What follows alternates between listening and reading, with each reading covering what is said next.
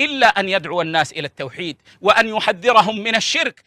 بسم الله والحمد لله والصلاة والسلام على رسول الله وعلى آله وأصحابه ومن والاه أما بعد أيها الإخوة إن شاء الله تعالى nous reprenons notre lecture la lecture du livre Al-Urjuzatul Mi'iyya. Nous sommes arrêtés au vers 22. Dans ce vers-là, l'auteur nous dit, le poète nous dit وَبَعْدَ عَامِ 40 أُرْسِلَ فِي يَوْمِ الإثنين يَقِينًا فَانْقُلَ. Cela veut dire, après 40 ans, après 40 années, il a été envoyé. Le jour du lundi, de façon certaine, a été rapporté. Donc, une fois que le prophète sallallahu alayhi wa sallam a atteint l'âge de 40 ans, il fut envoyé. Et il faut savoir que lorsque l'être humain atteint cet âge-là a un sens. As-sin al-arba'in huwa sin intiha al-shabab. C'est un âge, lorsqu'on l'atteint, on se doit de se poser des questions. On se doit de se remettre en question. Car, à partir de 40 ans, ce qui reste est plus court que ce qui est passé. C'est là où la jeunesse se termine. C'est l'âge où les envies baissent, où la shahwa de l'être humain baisse. Donc, c'est un âge où le serviteur doit plus se diriger vers Allah subhanahu wa ta'ala, car il se rapproche de plus en plus de la tombe. Et il faut savoir aussi que à cet âge-là, l'intellectualité du serviteur, de l'être humain, est à son comble, atteint son summum. Et bien sûr, lorsqu'on dit ça, cela diffère d'une communauté à une autre. Comme le prophète sallallahu alayhi wa sallam a dit dans un hadith, l'âge de sa communauté est entre 60 et 70 ans. C'est-à-dire que les gens vivent de 60 à 70 ans, à peu près. Mais avant, durant les temps anciens, comme par exemple Adam alayhi salam a vécu beaucoup plus longtemps. Nuh alayhi salam a vécu beaucoup plus longtemps, et ainsi de suite. Ibrahim alayhi salam a vécu beaucoup plus longtemps. Cheikh Abdrazak Bad nous dit وَبَعْدَ عَامِ 40 أُرْسِلَ. Une fois qu'il a atteint 40 ans, il fut envoyé. Par miséricorde pour les mondes, et pour toute personne. Bashiran wa nazira.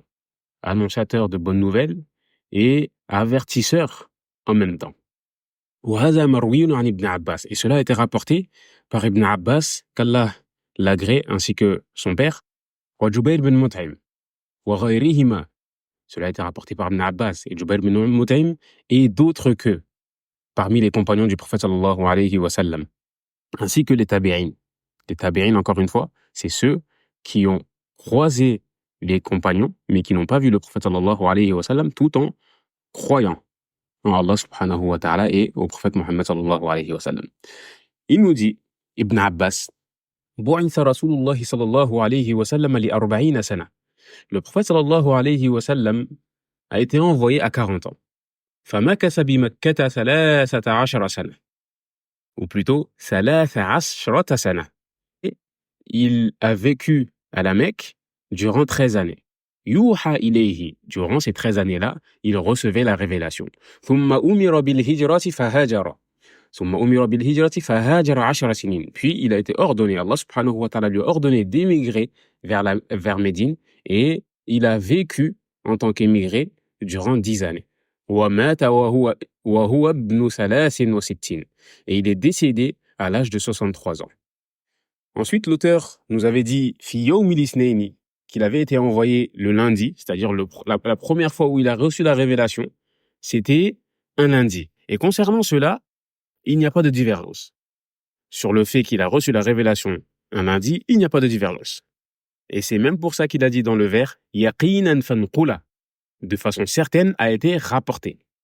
Et cela a même été rapporté dans le hadith dans l'authentique de Muslim, dans le hadith de Abi Qatada al-Ansari radiyallahu anhu, anna Rasulullah sallallahu alayhi wa sallam su'ila an sawmi yawm al-ithnayn. Donc du coup, dans l'authentique de Muslim, dans un hadith, le prophète sallallahu alayhi wa sallam a été interrogé selon Qatada, ou selon Abi Qatada afwan al-Ansari. Il a été interrogé concernant le jeûne du lundi. Le prophète sallallahu alayhi wa sallam, qu'est-ce qu'il a répondu? Zaka yawmun wulidtu fihi. C'est un jour durant lequel je suis né. Wa yawmun bu'istu aw unzila alayya fihi. Donc c'est un jour durant lequel je suis né. C'est un jour durant lequel la révélation m'est parvenue. Donc le prophète sallallahu alayhi wa sallam, lorsqu'il jeûne le lundi, lui, il jeûne pour remercier Allah subhanahu wa ta'ala. Et nous, lorsqu'on jeûne le lundi, c'est afin de suivre sa sunna. Et aussi, car les actes montent vers Allah subhanahu wa ta'ala ce jour-là. Ensuite, nous passons au vers 23. Il nous dit, في رمضان أو ربيع الأول وسورة اقرأ أول المنزل. Durant le mois du Ramadan, ou Rabi'an al-Awwal. Rabi'an al-Awwal, c'est un mois qui se nomme ainsi. Un mois qui s'appelle Rabi' al-Awwal. Wa suratu Iqra' awwal al-munazzali. Il nous dit que la sourate Iqra' est la première sourate, ou plutôt les premiers versets de sourate Iqra' sont les premiers versets à être descendus. Soit pendant le Ramadan, soit le mois de Rabi'an al-Awwal. Ici, l'auteur nous dit Ramadan ou Rabi'an al-Awwal, car il y a une divergence. Certains savants ont dit que c'était pendant le Ramadan, et d'autres savants ont dit que c'était pendant le mois de Rabi'an al-Awwal. Donc à ce niveau-là, certes, il y a une divergence, mais nous savons de façon sûre que c'était un lundi. Ibn Qayyim nous dit qu'Allah lui fasse miséricorde dans son livre Zad al-Ma'ad. ولا خلاف أن مبعثه كان يوم الاثنين واختلف في شهر المبعث. Donc il n'y a pas de doute qu'il a été envoyé le lundi, ou plutôt un lundi. Mais par contre, il y a une divergence concernant le mois durant lequel il a été envoyé. فقيل لثمان مضين من ربيع الأول. Certains savants ont dit, cela s'est passé 8 jours après le début du mois de Rabi'an al-Awwal. سنة 41 من عام الفيل. Durant l'année 41 de l'année de l'éléphant. هذا قول الأكثرين. Ça, c'est une parole de la plupart des savants. Plutôt, c'est la parole de la plupart des savants. وقيل بل كان ذلك في رمضان. Et certains savants ont dit non. C'était pendant le Ramadan qu'il a reçu la révélation. واحتج هؤلاء بقول الله تعالى. Et eux, ceux qui ont dit ça, ils se sont appuyés sur la parole d'Allah subhanahu wa ta'ala lorsqu'il dit شهر رمضان الذي أنزل فيه القرآن. Le mois du Ramadan, durant lequel le Coran a été révélé. قالوا أول ما أكرمه الله أن أنزل عليه القرآن. Ils disent qu'Allah subhanahu wa ta'ala l'a honoré en faisant descendre le Coran sur lui durant le mois du Ramadan. Et sur cela, il y a plusieurs savants. La première parole, le premier nombre de savants, qu'est-ce qu'ils ont dit? قالوا إنما كان إنزال القرآن في رمضان جملة واحدة في ليلة القدر إلى بيت العزة. Ils disent que non. Ce verset-là, il veut dire quoi? Il veut dire que le Coran est descendu en une fois, complètement, à Bayt al-Izza. Tamam? Et Bayt al-Izza, c'est un endroit qu'il y a au premier cieux. Tamam? Un endroit qu'il y a au premier cieux. Ils disent que le Coran est descendu complètement à Bayt al-Izza, et ensuite il est descendu petit à petit sur le prophète sallallahu alayhi wa sallam, selon les situations. C'est pour ça qu'il dit ثم أنزل منجما بحسب الوقائع في 23 سنة. Puis, une fois qu'il est descendu à Bayt al-Izza de façon complète, il est descendu petit à petit selon les situations durant la période de 23 années. Et encore une fois, ça, c'est quelque chose qui concerne le Coran. Les autres livres, comme la Torah, comme l'Évangile, comme Az-Zabour et autres, ils sont descendus en une fois. Jumlatan wahida. C'est-à-dire, c'est le livre complet qui est descendu, contrairement au Coran. Le Coran est descendu une fois, mais au premier ciel. Une fois qu'il est descendu au premier ciel, il descendait, Jibril alayhi salam descendait et venait enseigner au prophète sallallahu alayhi wa sallam durant, ou plutôt en fonction des situations. C'est même pour ça que les mécréants à cette époque-là, ils ont dit quoi? Qu'est-ce qu'ils ont dit? لولا نزل هذا القرآن جملة واحدة. Si seulement ce Coran avait été descendu en une seule fois. Mais non, bien au contraire, le Coran est descendu munajjaman, c'est-à-dire petit à petit en fonction des situations que le prophète ainsi que les compagnons pouvaient rencontrer. Et c'est après que Jibril est venu et disait, quand il apprenait au prophète sallallahu alayhi wa sallam, il disait, mets ce verset-là, mets ce verset ici, mets ce verset ici. Et de cette façon-là, les sourates se sont composées. Ensuite, il nous dit dans le vers 24, ثم الوضوء والصلاة علمه جبريل وهي ركعتان محكمة. Donc ici, il nous dit, l'auteur, les ablutions ainsi que la prière, il lui a appris. Jibril, c'est-à-dire Jibril a appris au prophète sallallahu alayhi wa sallam comment faire les ablutions ainsi que comment prier, et c'était 2 unités de prière au départ. Car encore une fois, Jibril, c'est le professeur du prophète, alayhi salam. C'est lui qui lui a appris toutes choses. C'est lui qui l'a enseigné. Allamahu shadidul quwa. Lui a enseigné shadidul quwa, le fort, le puissant. En parlant de Jibril, Jibril, c'est un ange. Il est très puissant, comme c'est venu dans les textes prophétiques. Lorsque le prophète sallallahu alayhi wa sallam, il l'a vu, il avait plus de 600 ailes et chaque aile était énorme, de sorte que ça prenait toute l'horizon. Donc pour revenir sur notre vers, il faut savoir que Cheikh Abdelrazak Al-Bad nous dit ici, Haza fi mabda il-amr. Ça c'était au début, au départ. Au début de la révélation, Ibn Ishaq nous dit, Wa haddathani ba'du ahli al-ilmi. Certains savants lui ont rapporté, Anna salata hina ifturidat ala Rasulillahi sallallahu alayhi wa sallam atahu Jibril. Lorsque la prière a été rendue obligatoire, Jibril est venu voir le prophète sallallahu alayhi wa sallam. Wa huwa bi'a'la Makkah. Et il était dans un endroit élevé à la Mecque. Ensuite, il dit فَمَزَلَهُ بِعَقِبِهِ فِي نَاحِيَةِ الْوَادِ. Donc, il lui a fait un signe par le talon vers une vallée. فَانْفَجَرَتْ مِنْهُ عَيْنٌ. Donc, du coup, à cet endroit-là, une source a jailli. فَتَوَضَّأَ Jibril. Et Jibril, alayhi salam, a pris ses ablutions. Et il faut savoir qu'à ce moment-là, il était sous la forme d'un homme. Il n'est pas venu sous sa vraie forme. Car encore une fois, comme nous l'avons vu plusieurs fois, Jibril alayhi salam est venu sous sa forme d'ange que 2 fois. Il est venu sous sa forme d'ange que 2 fois. Plutôt, le prophète sallallahu alayhi wa sallam l'a vu sous cette forme-là que 2 fois. Donc pendant qu'il prenait ses ablutions, le prophète sallallahu alayhi wa sallam le regardait. Il apprenait de lui. لِيُرِيَهُ كَيْفَ الطُّهُورِ لِلصَّلَاةِ. Ou كَيْفَ الطَّهُورِ لِلصَّلَاةِ. Donc il le regardait et Jibril lui montrait comment se purifier pour la prière. ثم توضأ رسول الله صلى الله عليه وسلم كما رأى جبريل يتوضأ. Donc après cela, le prophète sallallahu alayhi wa sallam a pris ses ablutions comme il a vu Jibril prendre ses ablutions. ثم قام به جبريل فصلى به. Puis Jibril s'est levé et a prié et le prophète sallallahu alayhi wa sallam a prié devant avec lui. وصلى رسول الله صلى الله عليه وسلم بصلاته. Le prophète sallallahu alayhi wa sallam a prié de la même prière que Jibril a effectuée. ثم انصرف جبريل. Puis ensuite, après cela, Jibril est parti. فجاء رسول الله صلى الله عليه وسلم خديجة. Ensuite, le prophète صلى الله عليه وسلم venu voir qui? Khadija. Khadija qui est autre que sa première épouse. فتوضأ لها ليريها كيف الطهور للصلاة. Puis il a pris ses ablutions. Il lui a montré comment se purifier pour la prière. كما رآه جبريل أو كما أراه جبريل. Comme Jibril lui a montré. فتوضأت كما توضأ لها رسول الله صلى الله عليه وسلم. Donc, elle a pris ses ablutions comme le prophète sallallahu alayhi wa sallam l'avait fait auparavant avec Jibril. Summa salla biha, puis il a prié avec elle. Le prophète sallallahu alayhi wa sallam, c'est-à-dire kama salla bihi Jibril fa sallat bi salatihi. Donc, il a fait exactement comme ce qui s'est passé avec Jibril. Comme Jibril lui a appris, lui est parti et a appris cela à sa femme de la même façon. Qu'est-ce qu'on tire de cette histoire-là? On tire de cette histoire-là une chose immense. C'est que lorsque la personne apprend quelque chose, lorsque l'étudiant apprend une chose, lorsqu'une personne tout court apprend une chose, il se doit premièrement d'apprendre cela à sa famille. Il se doit d'apprendre cela à sa famille. Encore une fois, pour que sa famille profite de cela tout d'abord. وَأَنذِرْ عَشِيرَتَكَ الْأَقْرَبِينَ. Le prophète sallallahu alayhi wa sallam, au début, lorsqu'il est venu, au début de la révélation, Allah subhanahu wa ta'ala a dit qu'il devait commencer par ses proches.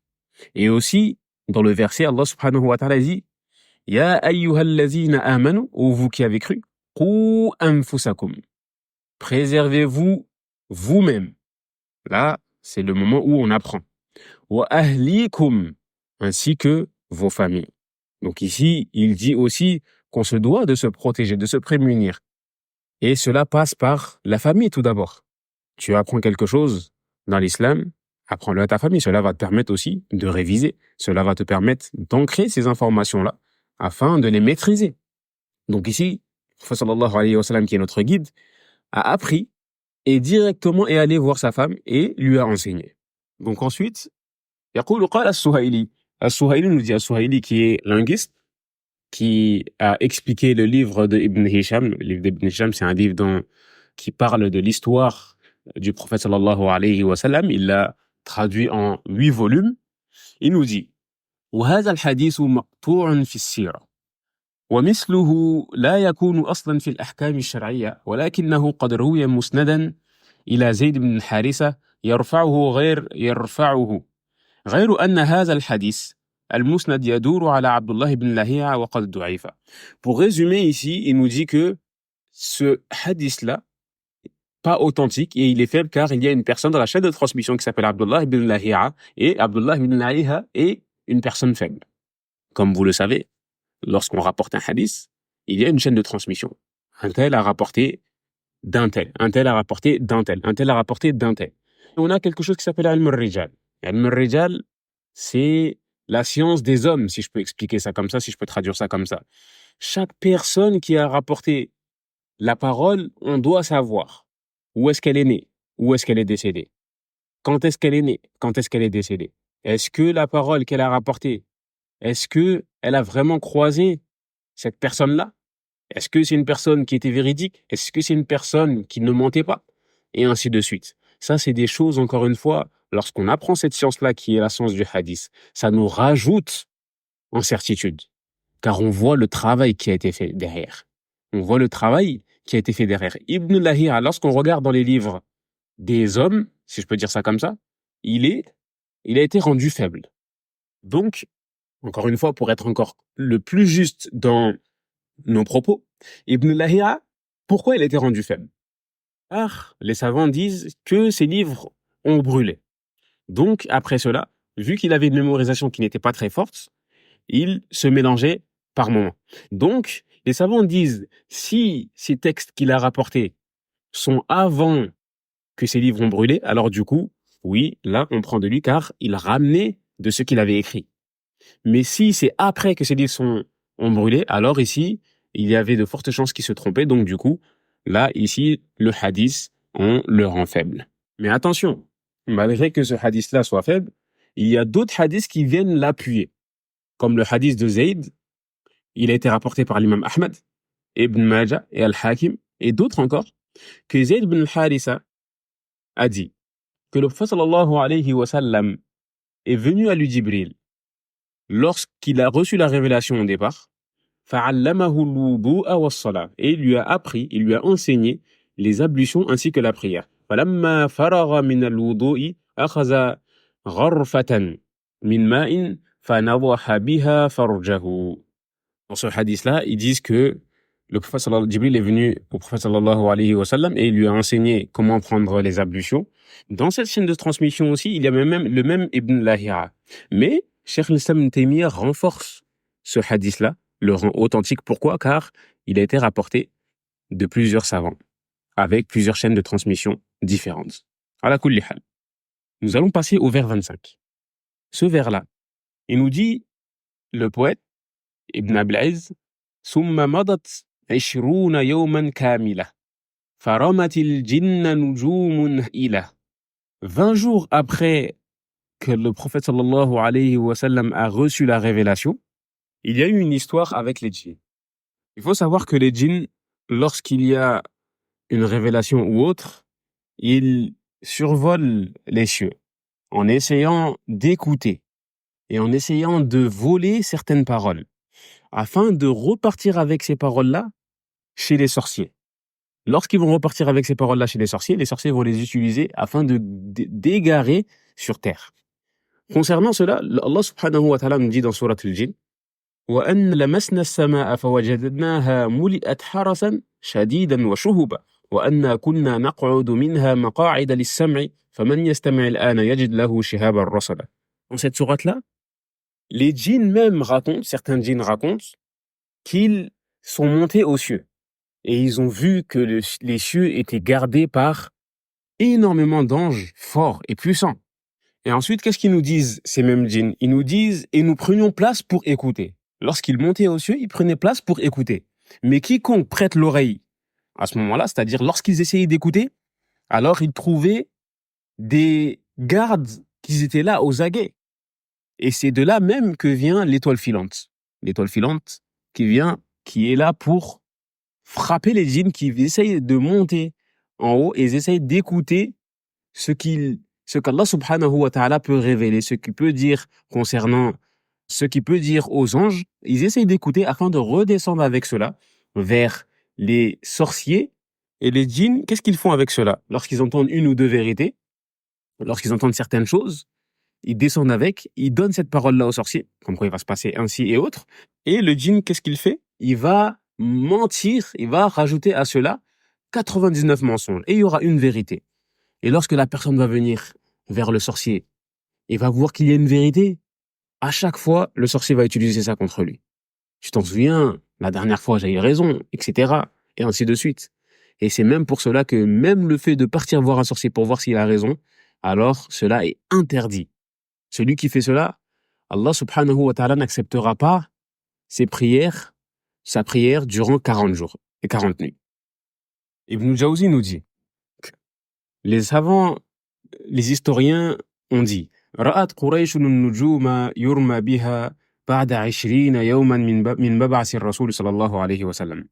Les Qurayshites ont vu 20 jours après la révélation des étoiles filantes. Tamam. Et l'imam Ahmad et Tirmizi ainsi que d'autres ont rapporté qu'Ibn Abbas a dit كان الجن يصعدون إلى السماء يسمعون الوحي. Les djinns montaient vers le ciel afin d'écouter la révélation. فإذا سمعوا الكلمة زادوا فيها 9. Et lorsqu'ils entendaient la parole, ils rajoutaient 9. Et dans une autre version, 99. C'est-à-dire des mensonges. فأما الكلمة فتكون حقا. La parole qu'ils vont entendre dans le ciel, c'est une vérité. Car encore une fois, Allah subhanahu wa ta'ala, c'est la vérité et il ne dit que la vérité. Mais tout ce qu'il va rajouter, ça va être du faux.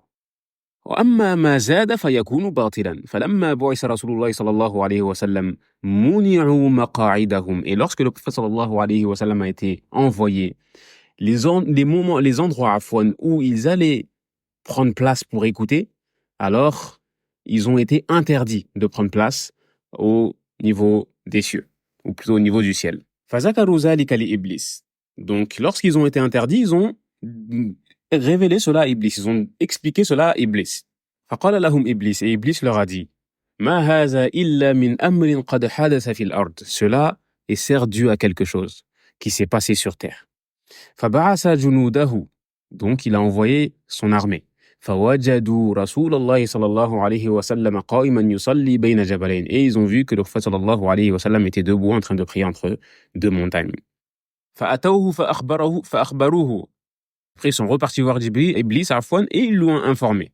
فقال هذا الحديث الذي حدث في الأرض. C'est-à-dire, c'est à cause de cela, à cause de ce qui s'est passé, la révélation qui a commencé, la venue du prophète sallallahu alayhi wa sallam, que vous faites lapider, c'est-à-dire que les étoiles filantes les frappent au niveau des cieux. Donc, Inch'Allah ta'ala, nous allons nous arrêter ici. Et la prochaine fois, nous allons prendre à partir du vers 26 et nous allons parler de la première hijra de l'islam, qui est la hijra vers l'Abyssinie, qui est Al-Habasha. فسبحانك اللهم وبحمدك أشهد أن لا إله إلا أنت أستغفرك وأتوب إليك والسلام عليكم ورحمة الله وبركاته.